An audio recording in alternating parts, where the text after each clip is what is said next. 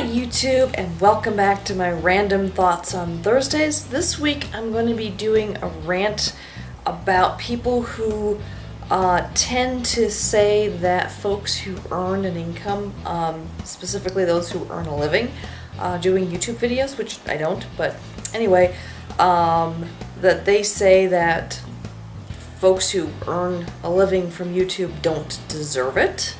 And I kind of feel like I need to speak out about that.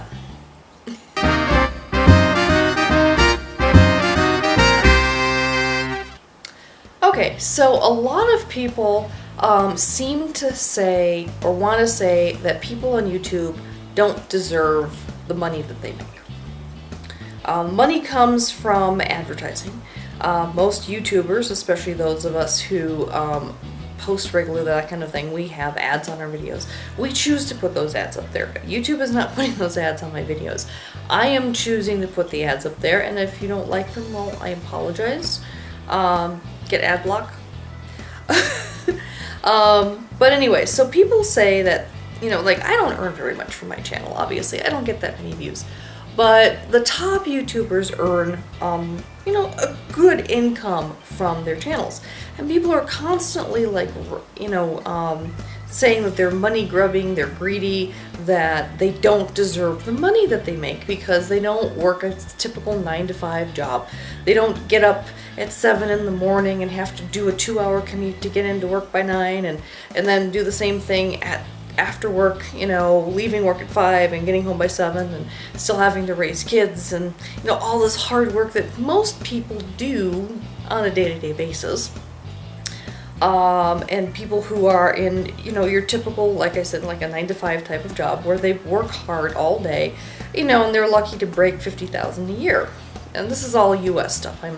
I can't speak for international, but anyway, and it seems to be difficult for people to wrap their brains around folks who earn money for not doing a lot of actual work. So there's a lot of YouTubers who will post videos every single day. I actually post 6 videos every week, although for this channel I only have one every week, and that's the vlog. And then I have the 4 gaming videos that I post. And then I have a single tutorial on my tutorial channel that I post. So that's a total of 6 videos every week. And it actually takes a fair amount of my time. I would say I spend somewhere between 20 and 30 hours a week producing all the content for my 3 channels. And that's including filming. And so for these vlogs, I mean, I'm not just sitting here stream of consciousness. It seems like I am most of the time, but I actually do edit these things. And I often edit out bits because I tend to ramble way too much, which I'm doing right now probably. But neither here nor there. But there's an actual effort going into these things. But yeah, it's not as hard work, you know, sitting here talking to a camera and then going and sitting by my computer and editing things and posting it to YouTube. And a lot of the bigger YouTubers do that. They do vlogs like myself, or gaming videos, or, you know, doing fun things, and then they're earning a lot of money. And the thing is, it's not about deserving the money, okay? When you go to work and you perform a service for your employer, they have a certain valuation that they give to that service, and that's what you get paid. Whether you're hourly or salaried or whatnot, your employer values the work that you do at a certain rate, and they pay you at that rate. When it comes to doing YouTube, it's not as direct as that because YouTubers are self-employed. We actually have to do a 1099 contractor kind of arrangement through AdSense. Google AdSense is how we get paid. And because of that, you know, we're not an employee of YouTube by any means. We have no W-4 or W-2s or any of the standard employee kind of things. This is all 1099 contract work that we do. And the income that we get is based upon our popularity. You know, it's not based upon whether or not our content is any good, or whether or not you know, we know how to do really good special effects or anything like that. It has nothing to do with that. It has everything to do with how entertaining people find us and how many people want to follow us and watch our videos. So for example, Joey Graceffa, I watch his videos. I find him entertaining, and I enjoy watching him. He's got over 3 million subscribers now, and he gets millions of views, and he probably earns enough money. He doesn't need a outside job outside of YouTube. He earns enough money from YouTube to live in the Los Angeles area and things. And, you know, so he spends, because he's a daily vlogger, I'm only a weekly vlogger, he vlogs every day, and so he spends, you know, because his videos are anywhere from like 10 to 20 minutes long, usually 10, and so he probably spends maybe an hour or two vlogging, because he takes his camera around with him everywhere, and then he actually has someone he pays to edit that down to an interesting 10-15 minutes of footage, and he puts it up, and then people watch it. And because of all those views he gets, you know, he earns money from it. And people are like, well, he's so lazy, you know, what does he do all day? You know, and you only see the parts that he chooses to share with you. Because obviously he's done other projects and things. He's done a web series now, and he's done a bunch of other things. But he doesn't do the typical 9-to-5 kind of work. He doesn't have to get up early in the morning most of the time for what he does. And he just whips out his camera, talks to it, whatever, gets it edited together. And he gets a lot of views for it. A lot of people think that he's not entertaining at all, but obviously those of us who subscribe to him find him entertaining. And because of that, you know, he gets the views, and because of the views, he gets the advertising revenue from it. And it really has nothing to do with whether he deserves it, whether or not his content is good enough to earn him that kind of money. Because he's popular, it's worth the money of the people paying for the advertising in the first place to, you know, so the way the model works is you have a large corporation, for example, IBM, and they go out and they spend $1 million on advertising through YouTube, and they put together an ad, they post and everything. And then, I mean, but the thing is that IBM can't say, I want to put an ad on Joey Graceffa's video. That is not how it works. There's a complex algorithm that Google uses. It has to do with both the content of the video itself, the search history that you have and what you're interested in, and then also possibly your region, what part of the country you're in, what part of the world you're in, that kind of thing. And so they take into account all of those things in terms of what kind of ads that you see in the first place. And so YouTube and Google, they do all of this stuff, and then they serve up the ads. And so the people who spend money on getting the ads up there in the first place, they don't care what kind of content their ads are shown on. I mean, to a degree. I mean, you can, when you're doing advertising and you're actually paying money to put ads up, you can actually choose like what region you want to focus on. Do you want your advertising, you can actually say like, I want to target advertising to these keywords, and you know what, I don't want my ad showing up with these keywords. So for example, I guess if you really did not want your ad to ever show up on a Joey Graceffa video, you could say Joey Graceffa, Joey, whatever. You can make any kind of combination of keywords and say, I don't want anything related to those keywords to have my ads appear. So there is some filtering that advertisers can do if they really felt strongly enough about it. But Joey is very popular. He's extremely popular. And he's got a lot of younger fans, you know, 12, 13-year-old, 15-year-old fans, etc. I'm one of the older fans. I just think he's adorable, and I think he's entertaining, and I just want to see what he plans to do next. And I find it entertaining. And that kind of popularity is what advertisers are looking for, because it gets people to watch their ads. And if you watch their ads, you know, they're willing to spend the money, and YouTube shares part of that with the YouTubers. And that's one other thing, is that not everyone realizes that the money that YouTubers earn is only a fraction of what is actually being spent on YouTube. So I know a lot of people are part of networks, but I'm going to take networks out of the equation right now, just to make the math easier, because different networks have different contracts with YouTube and that kind of thing, and I don't know all the details of everything. But so, for example, like myself, I am not a member of any network or MCN or whatnot. I am just a YouTube partner, and I use AdSense to earn my money. I don't go through Full Screen or Big Frame or Maker Studios or any of those big networks. I don't make enough views for them to be interested in me anyway.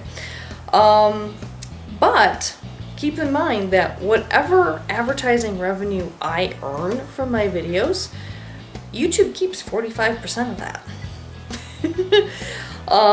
So, and on top of that, only 10% of my views earn money at all anyway. That's called monetizable views. So a lot of people say, oh yeah, all YouTubers earn money from views. It's like, not all of it. There's only about 10% of the views, on average, that people earn.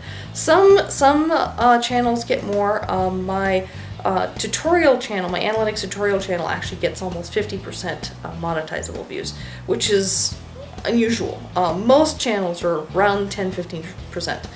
And so, for example, let's say I was a top YouTuber. A lot of the top YouTubers are getting like 250 million views every month. That's a lot of views, but they only keep only 10% of those earn any money. So that's 25 million. Okay, fine. And then, so you see, that's the 10%, but then, you're earning per 1,000 views. So take the 25 million, divide that by 1,000, and that drops you down to 25,000. And then you divide that by, you multiply that by 5. So let's say, for example, I'm earning about $5 for every 1,000 views. That's not exactly what I'm earning, but I can't disclose my exact CPM rate. But let's say I earn $5 for every 1,000 monetizable views. And so let's say I was a top YouTuber and I had the 250 million, so keep up with me here. So 10% of that 25 million, divide that by 1,000, is 25,000 times 5 is $125,000 every month. That's if I was a top YouTuber, which I'm not. Keep this in mind though, however, that I would only keep 55% of that. YouTube keeps 45%. So, if I was a top YouTuber, I would be keeping only $68,750 every month. And let's just look at that for a whole year. That's about $825,000 a year. Now, here comes the interesting thing. Another part that people don't remember, because I see a lot of people talking about a lot of the top YouTubers like Smosh and PewDiePie and all these people. And, they're making $2 million a year and this kind of stuff. Not really. Because first of all, think about, because they're looking at the views and they're taking that $5 average CPM and they're trying to think, oh, look at how much money they're making. But they're not taking into consideration that maybe only 10% of the views are monetizable, that YouTube keeps 45% of that. And then on top of that, there's income tax.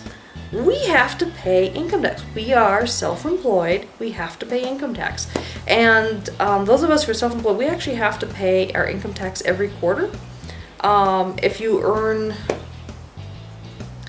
it gets kind of complicated, but basically if you determine that you're going to be earning enough to owe at least $1,000 a year, this is all U.S. taxes, by the way, $1,000 a year in income tax, then you have to start filing quarterly taxes. And so if you know that you're going to be owing about $1,000 for 2014, then you would have to pay $250 of income tax every quarter. That's the bare minimum of doing the quarterly estimated taxes. Be that as it may, so let's say I did make that $825,000. But keep this in mind, that there's federal income tax, there's state income tax, and then there's another tax called FICA. FICA is the tax you pay for Social Security and Medicare. And as a self-employed person, you pay double that of people who are employed by a company, because typically the employer pays half and you pay half. If you're self-employed, you have to pay both halves. So put all that together, and generally it ends up being about, at that level of income, somewhere between somewhere around 40% of the income is going towards income tax. And in many cases, it could be as high as 50%. But let's go with 40%. So let's say I was a YouTuber with 250 million views a month, and we're down to the 825,000 gross income from all that. But government still takes their chunk, so I get to keep 60%. That's $495,000. So around $500,000. That's still a really nice amount of money. But it's not $2 million. It's nowhere near as high as people keep thinking that the top YouTubers make. Although, according to YouTube, thousands of YouTubers do earn a six-figure income. Six-figure being $100,000 or more. And so a lot of YouTubers are making a really decent amount of income. Even after taxes, they're still making enough income to not need an outside job outside of YouTube. But I guess bottom line, it has nothing to do with whether or not it's deserved. People who are putting content on YouTube are providing content that other people find interesting, and if they're popular enough, advertisers want to pay for a piece of that. They want to pay for a piece of that popularity and get all the eyeballs. Let's say, for example, I'm going back to Joey Graceffa, so all the eyeballs that watch Joey Graceffa's videos every day, well, advertisers want those eyeballs on their ads. And, again, bottom line, it has nothing to do with whether or not Joey or myself or PewDiePie or any of these people deserve the income. It's an incentive that's given by YouTube. So YouTube could just get rid of the partner program, put ads on every video anyway, and just keep all the money. They could have done it that way. People would have stopped putting videos on YouTube a long time ago if they'd done that. So instead, they're like, okay, hey, anyone can put videos up for free. And hey, if you want to put ads on your video, we'll share some of the money with you. It's an incentive. It's an incentive for us to put ads up because that's how YouTube earns money. And that's just kind of how the whole advertising model works. It's the same reason why, like with bloggers, and how bloggers started becoming, being able to earn enough money from the blogs that they wrote. And, arguably people who write a blog could be considered like putting in a little bit more effort than putting up a video, but that's really debatable, to be perfectly honest with you, because you have someone who's just, spouting all sorts of crap on their blog and still earning, $100,000 a year from it, from the ads on their blog, just because people find their crap interesting. So this whole model of the internet and advertising revenue share and all this stuff, it's such a new model. It's so different from the typical 9-to-5 job thing, but at the end of the day, it has nothing to do with deserving. It's like, I see people who say, well, people like Joey shouldn't be earning that much money because their content is crap. And, well, who deserves the money? Where does the money go to? Some people say, well, it should just automatically go to charity, or YouTube should keep it, or whatnot. And there is no elegant solution for any of this stuff. But it bugs me when people say, well, you don't deserve that money. You don't deserve that, all you do is talk to a camera. You don't deserve to earn money for that. Who are you to judge that? It's like, you know what, if you are unsatisfied with the work that you do and the money that you earn, why don't you give YouTube a try? Who knows, maybe you'll become popular and start earning a lot of money from YouTube. You never know. It's in the process you might learn that it's not as easy as you think it is. So anyway, that is the end of my rant for today. If anyone has any questions about how I'm doing those calculations or anything, let me know in the comments below. I'll be happy to answer questions about earnings and stuff. And fitness update. For this week so far, I haven't been to the gym yet, but I plan on going today, tomorrow, and over the weekend. I was kind of sick earlier this week, and I didn't want to spread my germs at the gym. Plus, I wanted to recover as quickly as possible, so I didn't go. But I do hope to still get my 3 in this week. I did get 3 in last week, so I've been maintaining the 3 a week. I'd like to get myself back up to 5 or 6 times a week, but so far life has kind of kept interfering with that plan. Alright, well, thank you so much for watching. I appreciate everyone who watches these, and if you're still watching right now, thank you. I appreciate it. And please like, share, subscribe. I appreciate any kind of interaction I get. Leave comments below, and until next week, take care. Bye-bye.